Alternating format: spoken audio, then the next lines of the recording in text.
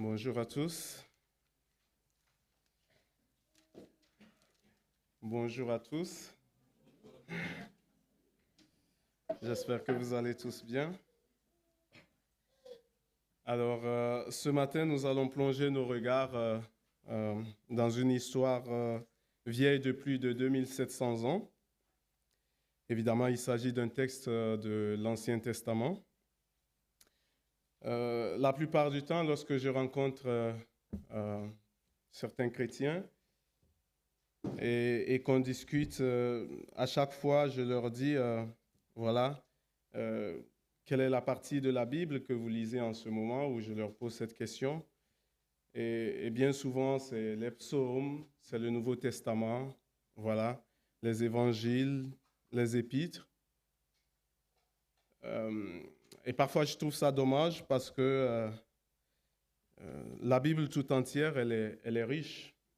Elle est riche. Il ne s'agit pas de se limiter aux psaumes ou de se limiter au Nouveau Testament, d'autant plus que l'Ancien Testament va jusqu'à 70% de toute la Bible. Ça veut dire que voilà, il est important d'avoir toutes les informations, de savoir ce que dit l'Ancien Testament également, parce que quand on voit la période de Jésus-Christ, la période apostolique, ils ont à chaque fois utilisé l'Ancien Testament pour annoncer l'Évangile. Et même Philippe et l'eunuque éthiopien, n'est-ce pas, qui lisait Ésaïe 53 et à partir de ce passage, il est venu à Christ. Donc, l'Ancien Testament est tout aussi important, voilà, que le Nouveau Testament. Et je vous invite ce matin à ouvrir vos Bibles en 2 Rois. 2 Rois chapitre 5, nous allons lire les 19 premiers versets. 2 Rois chapitre 5, les premiers 19 versets.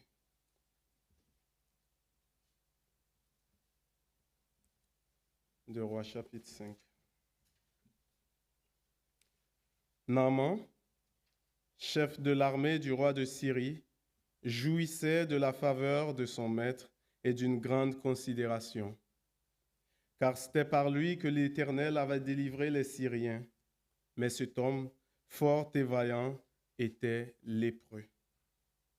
Or, les Syriens étaient sortis par troupes et ils avaient emmené captive une petite fille du pays d'Israël qui était au service de la femme de Naaman.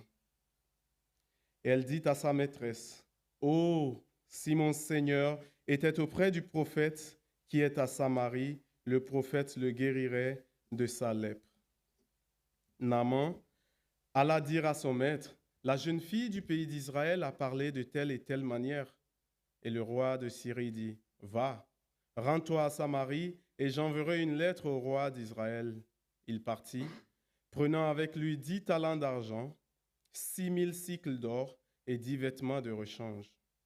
Il porta au roi d'Israël la lettre où il était dit, « Maintenant, quand cette lettre te sera parvenue, tu sauras que je t'envoie Naaman, mon serviteur, afin que tu le guérisses de sa lèpre. » Après avoir lu la lettre, le roi d'Israël déchira ses vêtements et dit, « Suis-je Dieu pour faire mourir et pour faire vivre, pour qu'il s'adresse à moi afin que je guérisse un homme de sa lèpre? Sachez donc et comprenez qu'il cherche une occasion de dispute avec moi. » Lorsque Élisée, homme de Dieu, apprit que le roi d'Israël avait déchiré ses vêtements, il envoya dire au roi, « Pourquoi as-tu déchiré tes vêtements? Laisse-le venir à moi, et il saura qu'il y a un prophète en Israël. » Naaman vint avec ses chevaux et son char. Il s'arrêta à la porte de la maison d'Élisée.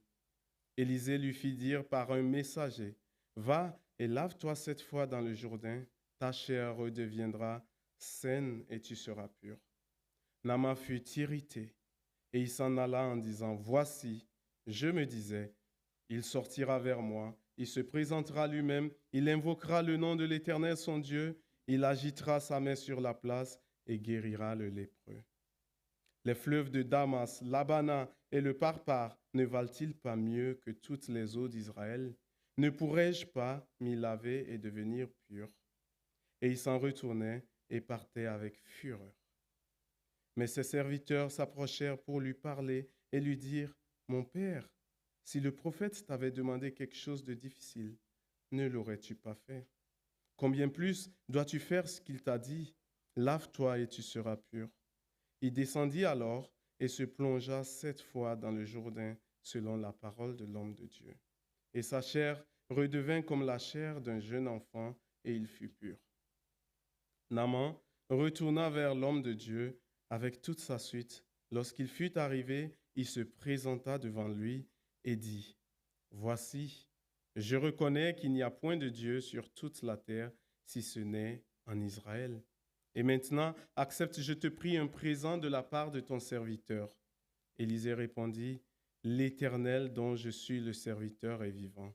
Je n'accepterai pas. » Naaman le pressa d'accepter, mais il refusa. Alors Naaman dit, « Puisque tu refuses, permets que l'on donne de la terre à ton serviteur une charge de 2 mulets, car ton serviteur ne veut plus offrir à d'autres dieux, ni holocauste, ni sacrifice. Il n'en offrira qu'à l'Éternel. Voici toutefois ce que je prie l'Éternel de pardonner à ton serviteur, quand mon maître entre dans la maison de Rimon pour s'y prosterner et qu'il s'appuie sur ma main, je me prosterne aussi dans la maison de Rimon. Veuille l'Éternel pardonner à ton serviteur lorsque je me prosternerai dans la maison de Rimon. » Élisée lui dit, « Va en paix. » Jusqu'ici. En avril de cette année, j'avais eu l'occasion de partager avec vous un texte sur le prophète Élie. Élie qui signifie Dieu est ma force. Et aujourd'hui, j'ai l'occasion de partager un texte sur Élisée. Entre Élie et Élisée, ce sont deux prophètes qui sont quand même similaires. Pour Élie, comme on l'avait mentionné, on ne sait rien de sa vie passée, on ne sait rien de son appel. Par contre, Élisée, on a quand même le contexte de son appel en 1 Roi 19, 19 à 21, que vous pourrez lire après. Élisée veut dire « Dieu a aidé » ou « Dieu est mon salut ». Tous les deux étaient du royaume du Nord, Élie et Élisée, donc c'est-à-dire Israël. Élisée était serviteur d'Élie, donc il était le verseur d'eau, il versait de l'eau sur les mains d'Élie, un acte finalement de service, d'humilité, d'apprentissage spirituel, et ce pendant longtemps. Pourquoi je dis pendant longtemps? Parce qu'entre l'appel d'Élisée et jusqu'à ce que Élisée devienne prophète confirmé, il avait perdu ses cheveux. Donc il était chauve. Et on le trouve en 2 Rois 2 également. Et c'est aussi le prophète qui a reçu la double portion des miracles qu'a reçu Élie par la main de Dieu. Il y a beaucoup qui parlent d'Élie qui a fait 7 miracles et Élisée 14. Dans mes lectures, j'ai trouvé 8 miracles d'Élie et 16 pour Élisée. C'est peut-être moi qui ai tort, mais voilà, ce n'est pas le plus important. Donc le texte de 2 Rois 5 que nous lisons se passe en Israël, donc dans le royaume du Nord, comme je l'ai dit, et pendant le règne du mauvais roi Joram, donc le fils d'Akab et de Jézabel. Le peuple ennemi d'Israël en ce moment, c'était la Syrie, et le roi était Ben-Hadad. Et donc, principalement en 2 Rois 5, ils avaient une période de trêve. Donc, il n'y avait pas la guerre, il y avait une période de cessez-le-feu, si on veut. Et voilà donc un peu le contexte ici, dans 2 Rois 5. Donc, nous allons enfin nous intéresser à notre texte. Et l'exhortation de ce matin, il peut être multiple, mais j'ai choisi « Dieu veut sauver même ton pire ennemi ». Dieu veut sauver même ton pire ennemi. Et on regarde toujours dans la Bible, dans l'histoire de la Bible, et on voit que Dieu a toujours voulu sauver l'humanité, pas seulement un seul peuple, pas seulement Israël, mais aussi toutes les nations de la terre. Et Jésus reprend même l'histoire de Naaman, finalement, en Luc 4, 27, hein, pour confirmer la véracité de ce texte, il dit, il y avait aussi plusieurs lépreux en Israël du temps d'Élisée, le prophète, et cependant, aucun d'eux ne fut purifié, si ce n'est Naaman le Syrien. Donc, le texte, nous allons le faire verset par verset parce que je trouve ce texte très, très intéressant et très riche. Donc, d'abord, le verset 1, on nous donne des détails sur qui est Naaman. Naaman, chef de l'armée du roi de Syrie, jouissait de la faveur de son maître et d'une grande considération, car c'était par lui que l'Éternel avait délivré les Syriens. Mais cet homme fort et vaillant était lépreux. Donc on voit ici Naaman qui est chef de l'armée du roi de Syrie, et Syrie est pays ennemi d'Israël. Donc on voit qu'il jouit ici de la faveur du roi, il est considéré. Et ce qui nous surprend ici, c'est que c'est par lui que l'Éternel avait délivré les Syriens. Et ça, ce sont des choses qui peuvent nous dépasser, hein. On parle d'un peuple ennemi qui vient attaquer Israël, et c'est par ce chef-là que l'Éternel, finalement, utilise pour apporter la victoire ou délivrer les Syriens face au peuple de Dieu, finalement. Certainement, on parle d'un général, c'était quelqu'un qui devait être sanguinaire, n'est-ce pas? On n'est pas général pour être général. Il conduisait les guerres, il tuait les personnes, et dans tout ça, Dieu était au contrôle. Et nous pouvons aussi regarder autour de nous les actualités et plein de choses qui se passent, et être désespérés et dire, mais comment est-ce que c'est possible? Mais Dieu est au contrôle. Il sait toutes choses, et peut-être même que c'est le Seigneur même qui conduit tous ces événements qui se passent dans le monde. Pourquoi? Parce qu'il y a un plan précis. Il a promis qu'il reviendra et qu'avant sa venue, il y aura beaucoup de choses qui vont se passer. Donc, il faut que ces choses se passent. Ne soyons pas surpris si des choses dans ce monde se passent et qui peuvent nous peiner parfois. On voit des gens qui font des manifestations pro-tel pays, pro-tel. Ça crée encore plus de division que toute autre chose. Ce que je souligne ici, c'est qu'on décrit Naaman avec beaucoup de qualités. Et après, il y a la seconde phrase qui commence avec un « mais ». Un « mais » qui vient finalement anéantir toutes les qualités qu'il avait, n'est-ce pas? On dit, il jouissait de la faveur de son maître, il était considéré, c'était même par lui que l'Éternel avait délivré, mais cet homme fort et vaillant était lépreux. Il y a ici quelque chose qui anéantit tout le reste. Il est fort, il est vaillant, mais il est lépreux. Que dit-on de toi? Peut-être tu es apprécié par ta famille, peut-être tu as beaucoup de qualités, peut-être tu as un bon travail, peut-être tu as fait de grandes études, mais plein de choses. Mais il y a quelque chose qui anéantit tout ça. Il y a quelque chose qui prend ta paix, qui prend ta joie, comme dans le cas de Naaman. Et il faut savoir qu'à cette époque, la lèpre, c'était quelque chose qu'on ne guérissait pas. Donc, il était dans une condition où il était condamné finalement. Il était condamné. Et pour nous, qu'est-ce qui peut être notre condamnation? Et plus précisément pour celui qui n'est pas en Christ.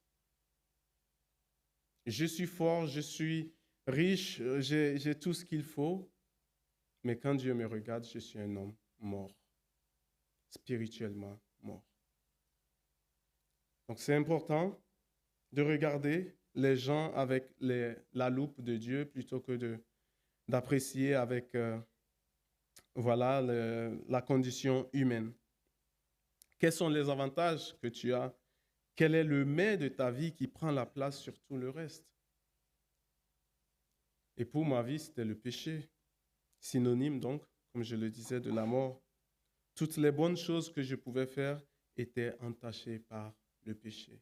Il y a beaucoup de personnes qui pensent qu'au travers des œuvres, des choses qu'ils peuvent faire, ils peuvent espérer aller au ciel. C'est impossible. Et pour Naaman ici, certainement, il avait déjà vu beaucoup de médecins, mais il n'y avait pas de solution possible. Mais dans le texte, on verra finalement que la solution, elle est en Dieu. Au verset 2, une autre information nous est donnée. Or, les Syriens étaient sortis par troupes et ils avaient amené captive une petite fille du pays d'Israël qui était au service de la femme de Naaman. On voit ici une petite fille captive, esclave. Elle est esclave. Elle a peut-être perdu ses parents au travers de la main de ce Naaman. Elle est séparée de sa famille, elle est séparée de sa région, elle est séparée de son pays. Elle est au service de la femme de Naaman. Je me pose la question, était-elle heureuse d'y être? Était-elle contente d'y être? Qui représentait Naaman pour elle? Son bourreau. Donc, bien entendu, son ennemi, dans un sens. Fort heureusement, hein, c'est cette jeune fille qui va mettre Naaman sur la voie du salut, de la guérison. Verset 3, elle dit à sa maîtresse, « Oh, si mon Seigneur était auprès du prophète qui est à Samarie, le prophète le guérirait de sa lèpre. » On voit ici une esclave qui pouvait s'adresser à sa maîtresse. Donc, elle avait quand même un privilège. Est-ce que c'était lié à son témoignage? Est-ce que c'était lié à son attitude à elle? Mais on remarque une jeune fille qui a une foi extraordinaire. Il n'y a pas de peut-être. Elle dit, si mon Seigneur était auprès du prophète qui est à Samarie, le prophète le guérirait de sa lèpre. C'est une affirmation.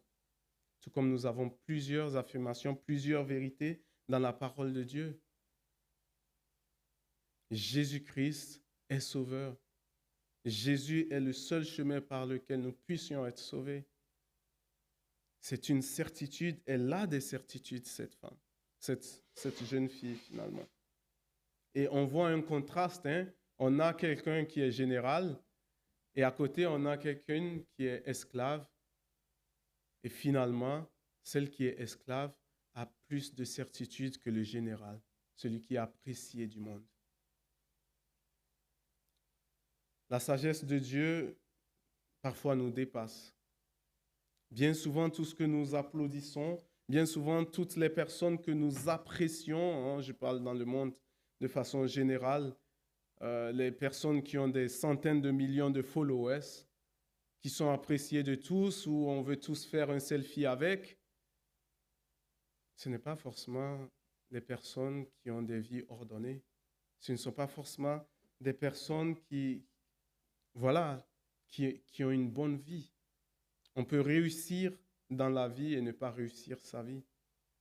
Réussir dans la vie, c'est réussir tout ce qu'on peut avoir, les épreuves, avoir un bon boulot et tout ce qui va avec, mais sans forcément réussir sa vie. Elle est esclave et elle a réussi sa vie comparée au général Naaman qui était apprécié de tous. Elle avait donc des certitudes, hein? Sa vie était bien meilleure que le général. Et pourtant, on voit une fille qui a beaucoup d'amour pour son maître, pour son bourreau. On peut se poser la question, qu'aurais-je fait à la place de cette jeune fille? Quand on a un ennemi, tout ce qu'on désire, c'est qu'il crève, n'est-ce pas? Que le malheur lui tombe dessus. Et elle dit, si mon Seigneur était auprès du prophète qui est à Samarie, le prophète le guérirait de sa lèpre. Quand je fais du foot et que je suis en face d'un défenseur qui me tacle régulièrement, tout ce que je désire, c'est le tacler en retour. Et c'est légitime, humainement parlant, c'est comme ça. Mais cette fille, elle a quelque chose de plus. Elle a quelque chose de plus Et elle a de l'amour pour lui et elle veut mettre son ennemi, son bourreau, sur le chemin de la guérison. Et donc, certainement, la femme de Naaman répète les mêmes paroles à Naaman. Et au verset 4, Naaman alla dire à son maître, « La jeune fille du pays d'Israël a parlé de telle et de telle manière. Elle a dit, s'il était auprès du prophète qui est à Samarie, le prophète le guérirait de sa lèpre. Et lui, il va s'adresser au roi. Il pense aux enjeux. Il n'est pas le bienvenu en Israël. On parle du général du pays ennemi.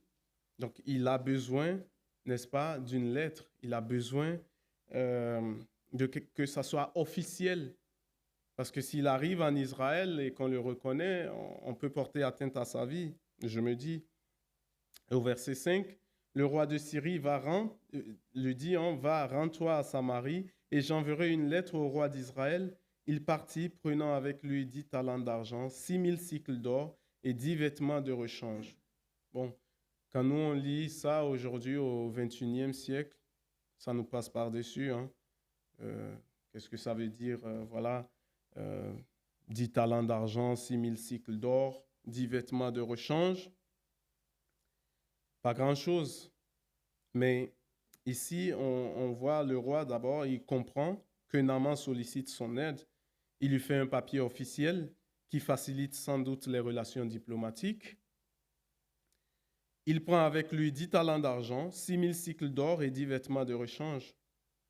Donc, il pense sans doute pouvoir payer pour sa guérison, n'est-ce pas? Acheter son salut, finalement. Dans beaucoup d'églises dites évangéliques, on peut vendre le salut aujourd'hui. 10 talents d'argent, j'ai essayé de faire les calculs. Je me suis amusé à le faire. Ça fait 340 kilos. 10 talents d'argent, ça fait 340 kilos d'argent. Donc environ 340 000 euros. Ça va encore. On peut s'acheter une maison avec. 6000 cycles d'or, ça fait environ 67,8 kilos d'or. Donc environ 4,4 millions d'euros.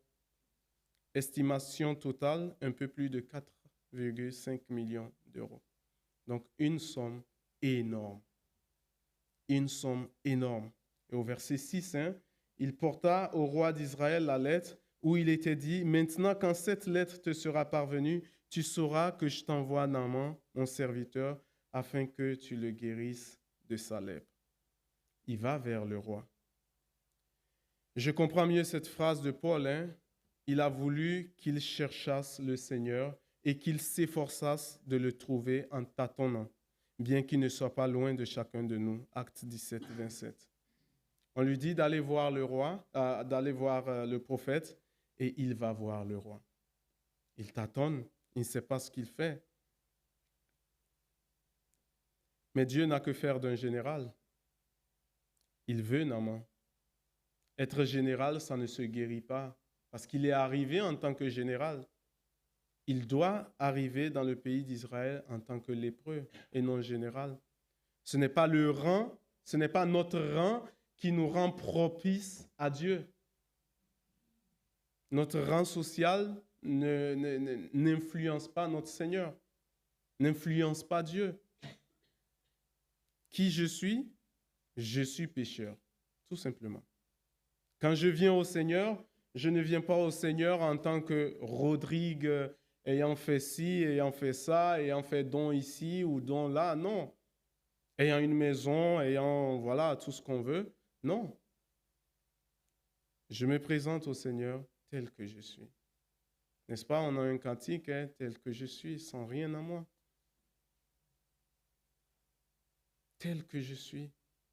C'est tel que nous sommes que nous devons nous présenter au Seigneur. Il n'y a pas de rang social, il n'y a pas de différence. Tel que nous sommes devant le Seigneur. Au verset 7, après avoir lu la lettre, le roi d'Israël déchire ses vêtements et dit, « Suis-je Dieu pour faire mourir et pour faire vivre, pour qu'il s'adresse à moi afin que je guérisse un homme de sa lèpre? Sachez donc et comprenez qu'il cherche une occasion de dispute avec moi. » Le roi ici a l'humilité de connaître qu'il ne peut rien faire. Il n'est pas Dieu. Seul Dieu peut guérir véritablement. Seul Dieu peut faire vivre. Seul lui a le droit d'autoriser la fin de quelqu'un. Je remarque aussi qu'il parle de Dieu, mais il est éloigné de Dieu. Et combien cela peut être vrai aussi pour nous. Il mentionne le vrai Dieu d'Israël. Il dit, suis-je Dieu?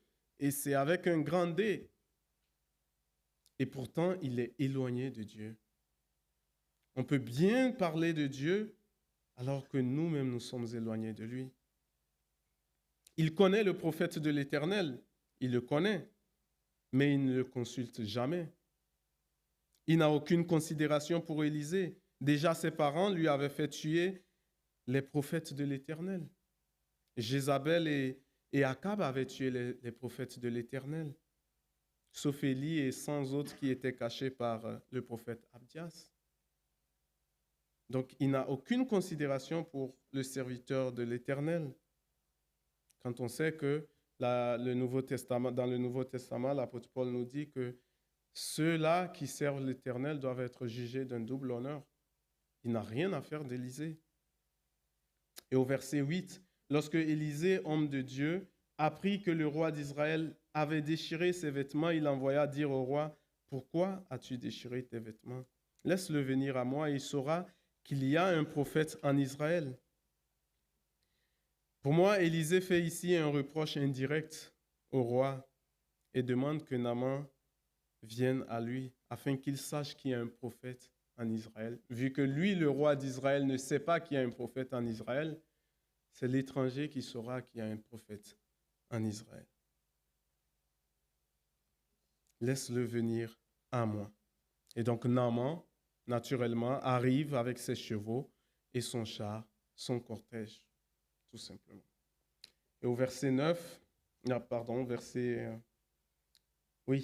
verset 10, Élisée lui fit dire par un messager, « Va et lave-toi 7 fois dans le Jourdain. Ta chair redeviendra saine et tu seras pur. » On parle ici du général, chef d'armée du roi de Syrie, qui jouit de la faveur de son maître et d'une grande considération. Lui qui est fort et vaillant arrive avec plus de 4,5 millions d'euros et 10 vêtements de rechange. Et si c'était peu, il irait en rechercher encore dans son pays. Il arrive et le prophète de l'Éternel ne vient pas le voir. Il ne vient pas le voir, il lui envoie son garçon de course. Quelle humiliation pour notre général. Quelle humiliation pour notre cher Naaman.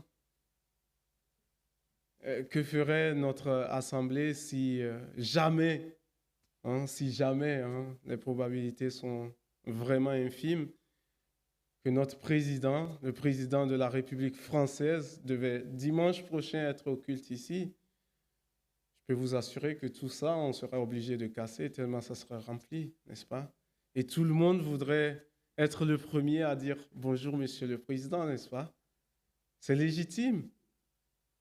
Serrer la main, faire un selfie et mettre sur des statues, n'est-ce pas? Monsieur le président, ou que sais-je, Cristiano, ou même un joueur du Racing de Strasbourg.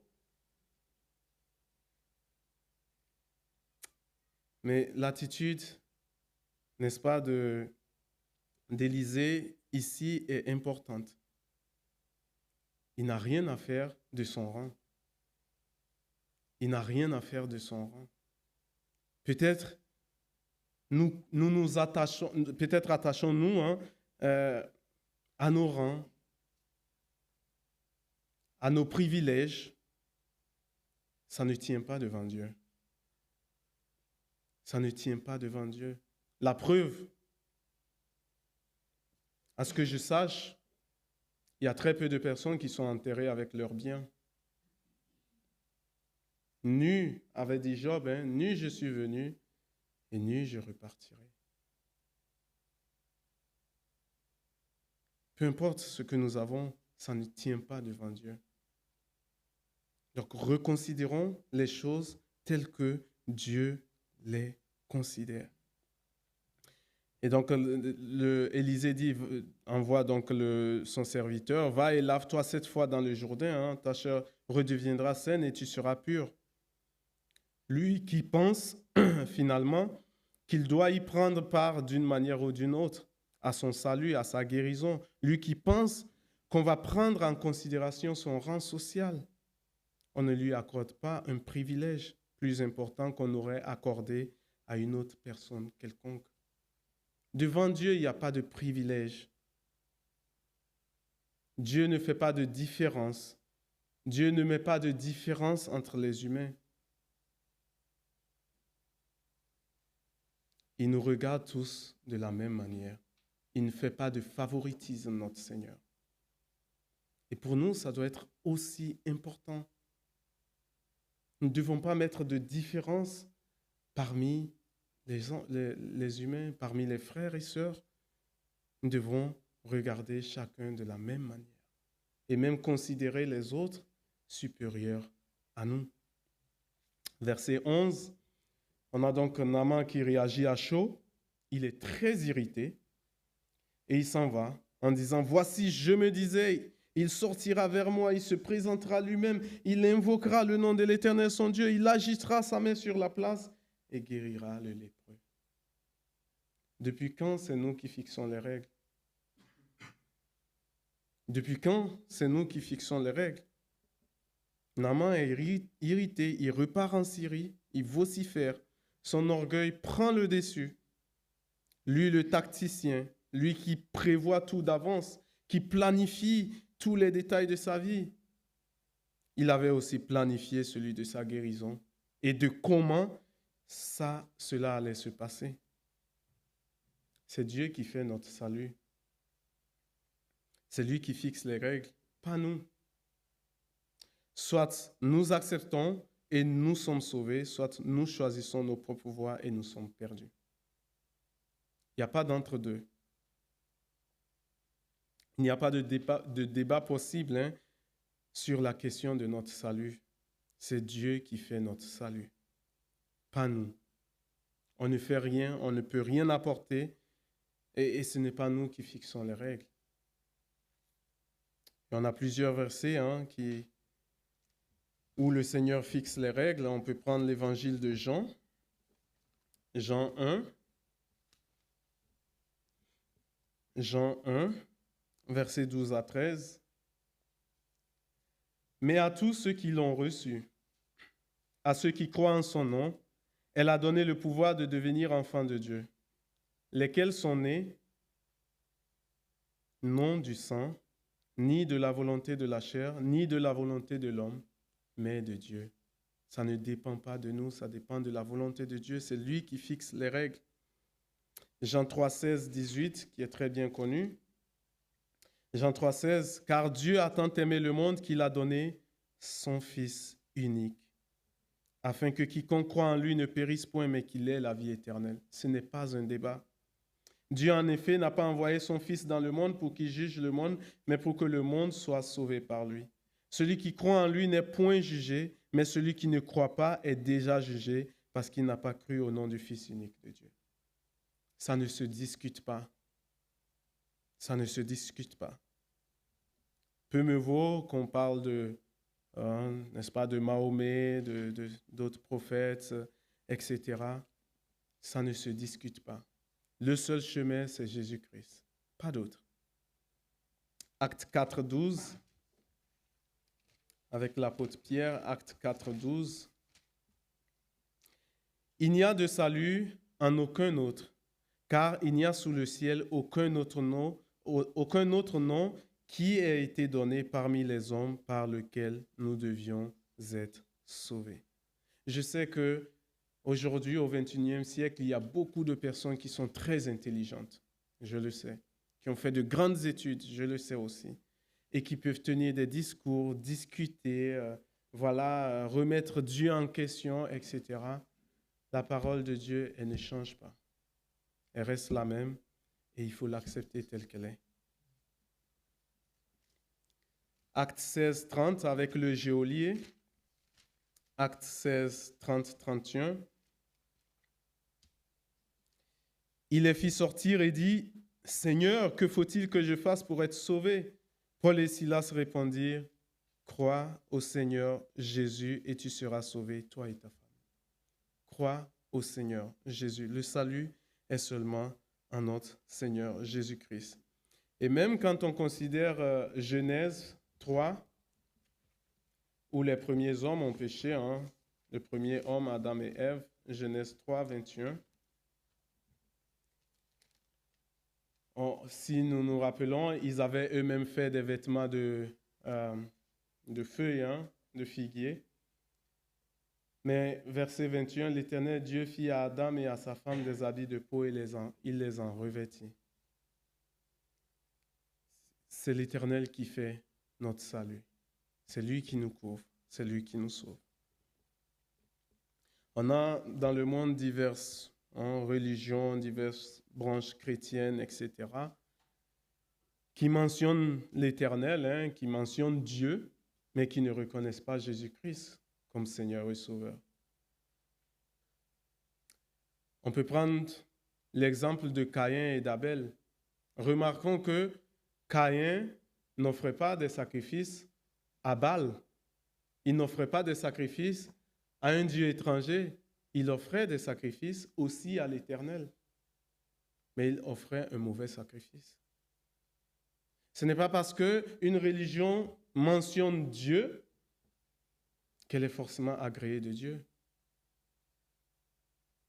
Nous avons accès à Dieu seulement que par Jésus-Christ et pas quelqu'un d'autre. Ce n'est pas nous qui fixons les règles quant à notre salut. Et dans notre texte ici, quant au déroulement de la guérison de Naaman, ce n'est pas à lui de fixer les règles. Et au verset 12, on voit tout son mépris pour Israël.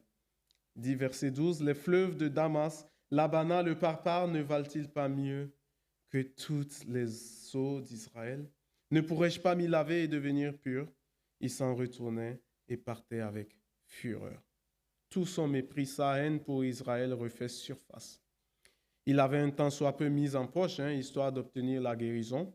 Maintenant qu'il n'a pas obtenu de guérison, il peut cracher son venin sur Israël. Il va falloir qu'il apprenne, et nous avec lui, ce que Christ a dit à la femme samaritaine, le salut vient des Juifs. Jean 4, 22. Il s'en retourne furieux. Peut-être se dit-il, cette petite fille d'Israël, qui l'a fait perdre son temps, elle est morte dès mon arrivée. Elle est morte parce que je n'ai pas obtenu la guérison. Elle m'a trompé. Et il repart. Verset 13. Heureusement pour lui, au verset 13, mais ses serviteurs s'approchèrent pour lui parler et ils dirent, « Mon père, si le prophète t'avait demandé quelque chose de difficile, ne l'aurais-tu pas fait? Combien plus dois-tu faire ce qu'il t'a dit? Lave-toi et tu seras pur. » Heureusement pour lui, quelques serviteurs prennent courage, malgré la fureur du général, et se permettent de le raisonner. Quel courage ils ont, ces serviteurs. Pour moi, je constate avec déception que nous sommes des humains compliqués. Nous sommes des êtres humains compliqués. Quand on voit que les gens sont prêts à tout pour aller au pèlerinage à la Mecque, pour aller à Lourdes, pour se flageller, payer des marabouts, dit pasteur, toucher le pape, acheter la pénitence, croire aux pseudo-miracles et apparitions mariales, croire au livre de Joseph Smith, à la tour de garde, au prétendu évangile de Judas, de Thomas, etc. Que de juste croire Christ et accepter la parole de son sacrifice. Nous sommes trop compliqués. Nous sommes trop compliqués. La chose, elle est simple, parce que pour lui, va, lave-toi 7 fois dans le Jourdain et tu seras pur. C'est trop simple pour lui qui est compliqué. Et pour nous, croire au Seigneur Jésus, pendant très longtemps, moi, c'était quelque chose que je ne comprenais pas. On avait beau m'expliquer, je disais oui, je comprends, mais il faut faire quelque chose. Il faut faire des œuvres. Mais non. Jusqu'au moment où j'ai compris que même les plus belles œuvres que je peux faire ne servent à rien, ne sont qu'un vêtement souillé devant les yeux de l'Éternel. Sans Christ, ça ne vaut rien.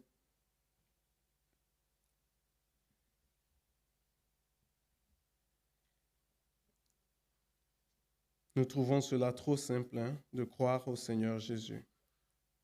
Mais Marc 10, 15 nous dit quelque chose de très important. Je vous le dis, en vérité, quiconque ne recevra pas le royaume de Dieu comme un petit enfant, n'y rentrera point.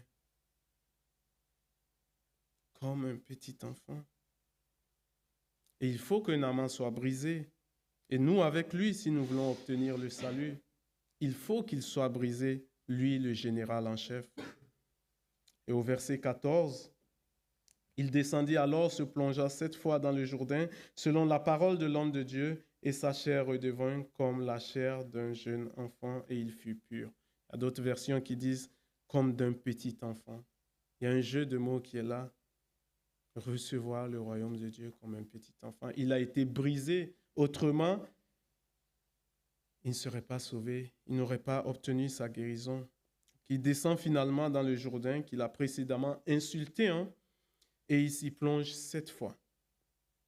Et pour moi, je suis sûr que là encore, ça n'a pas été fait sans résistance. Il se serait peut-être dit, je veux bien 3 fois, ou 4 fois, ou même 5 fois. Mais pourquoi 7? Pourquoi 7 fois? Et je peux vous poser la question aussi ce matin. Pourquoi 7 fois? Pourquoi pas 3? Pourquoi pas 4? Pourquoi 7? La chose elle est simple, parce que Dieu avait dit 7.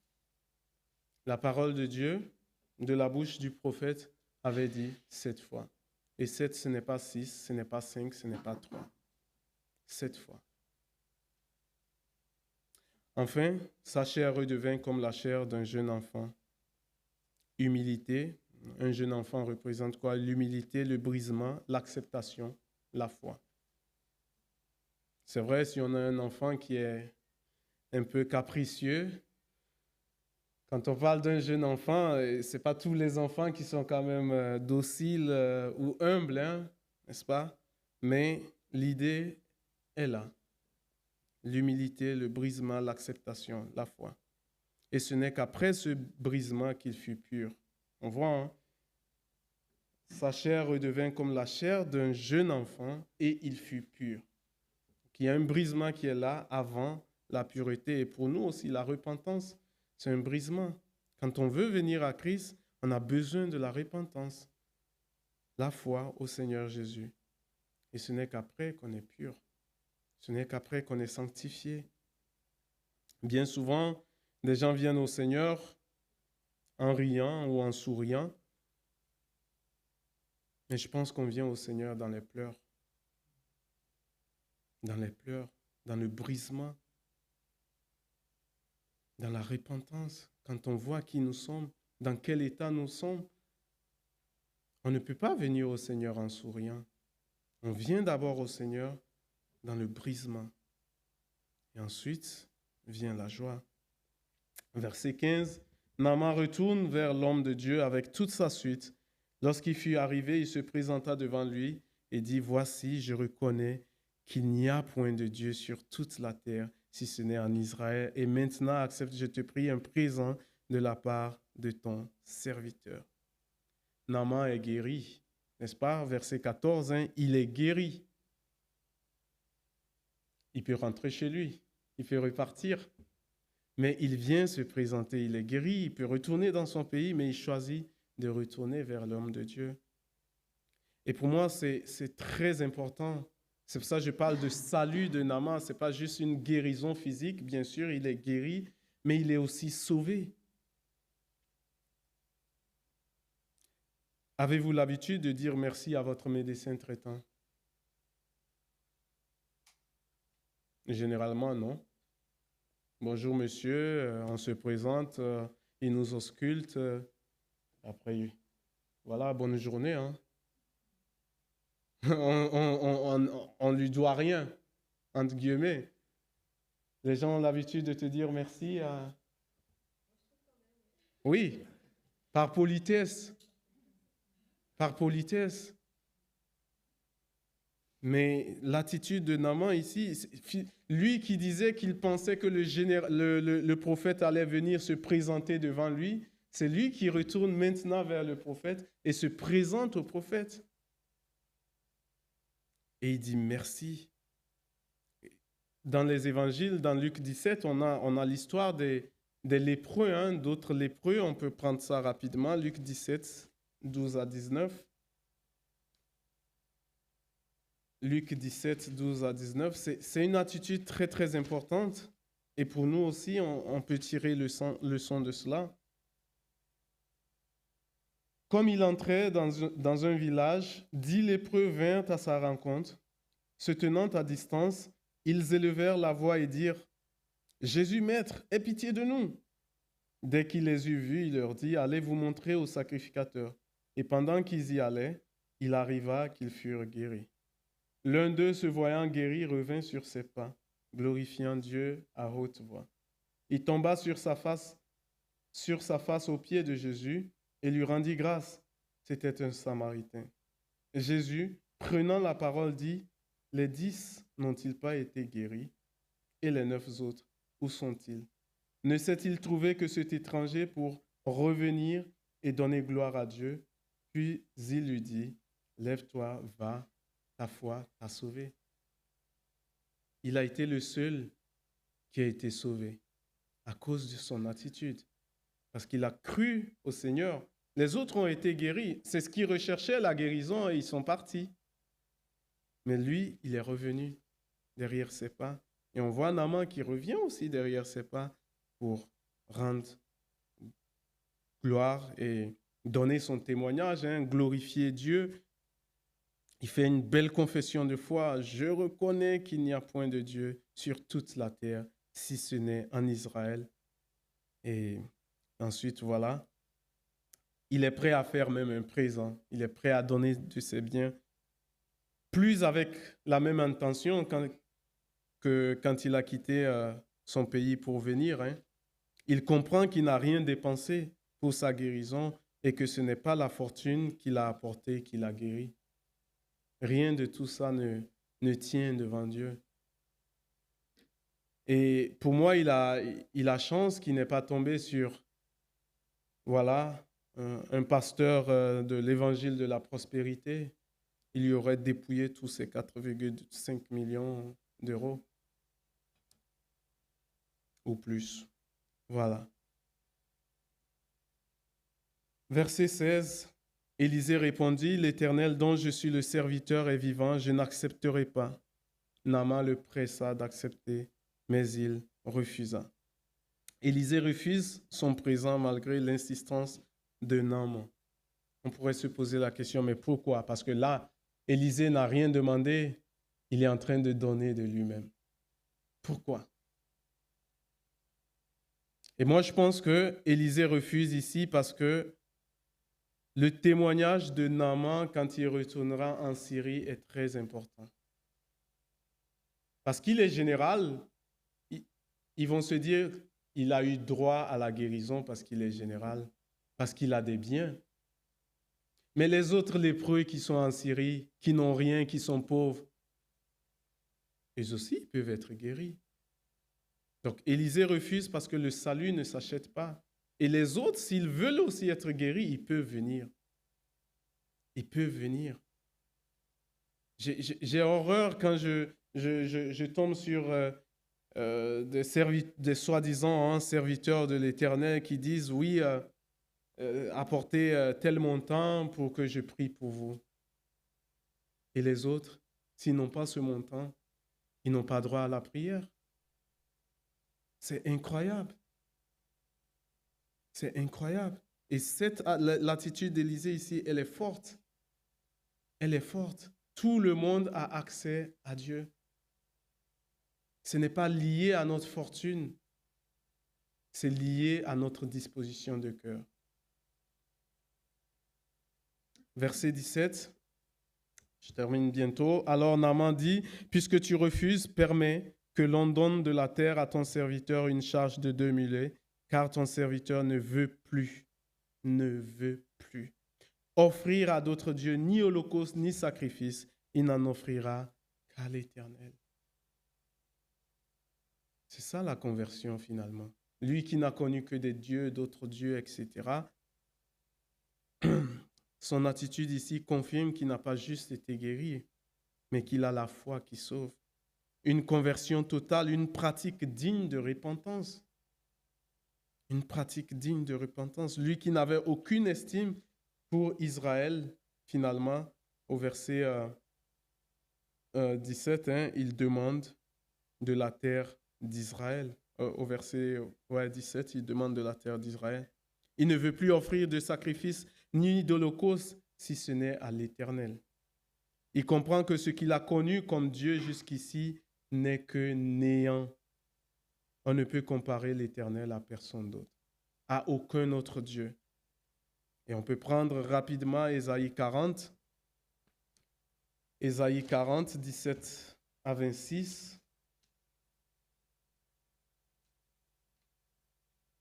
Ésaïe 40, 17 à 26. Toutes les nations sont devant lui comme un rien. Elles ne sont pour lui que néant et vanité.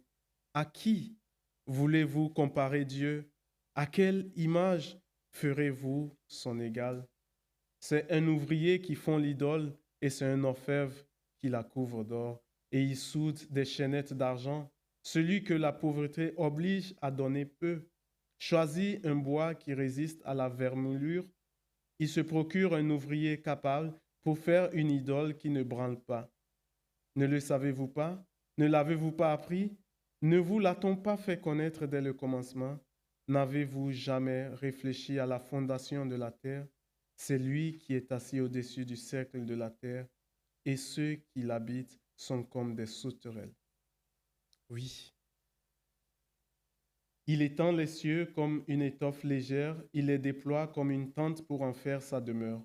C'est lui qui réduit les princes à rien et qui fait des juges de la terre une vanité. Ils ne sont pas même plantés, pas même semés, leur tronc n'a pas même de racines en terre. Il souffle sur eux, ils se dessèchent et un tourbillon les emporte comme le chaume. À qui me comparerez-vous pour que je lui ressemble, dit le Saint. Levez vos yeux en haut et regardez. Qui a créé ces choses? Qui fait marcher en ordre leur armée? Il les appelle toutes par leur nom. Par son grand pouvoir et par sa force puissante, il n'en est pas un qui fasse défaut. Notre Dieu est celui que nous devons adorer, l'Éternel, le Créateur des cieux et la terre. Verset 18, « Voici toutefois ce que je prie l'Éternel de pardonner à ton serviteur, quand mon maître entre dans la maison de Rimon pour s'y prosterner et qu'il s'appuie sur ma main, je me prosterne aussi dans la maison de Rimon. » Il a une fonction avec des obligations. Mais à mon avis, avec le temps, il sera prêt à perdre son travail ou même perdre son rang pour ne plus avoir à se prosterner dans la maison de Rimon. Bien souvent, quand on évangélise des gens qui ont des travaux, qui les prennent même le dimanche, on n'a pas envie tout de suite de leur dire non, arrête. Nous ne pourvoyons pas à leurs besoins, mais avec le temps, quand ils viennent au Seigneur réellement, ils comprennent et ils prennent des décisions concernant cela. Et c'est pour ça, Élisée lui dit, va en paix. Va en paix. Ce n'est pas le moment de mettre des joues sur un bébé spirituel. Il vient juste de naître. Il va apprendre, il va connaître le Seigneur.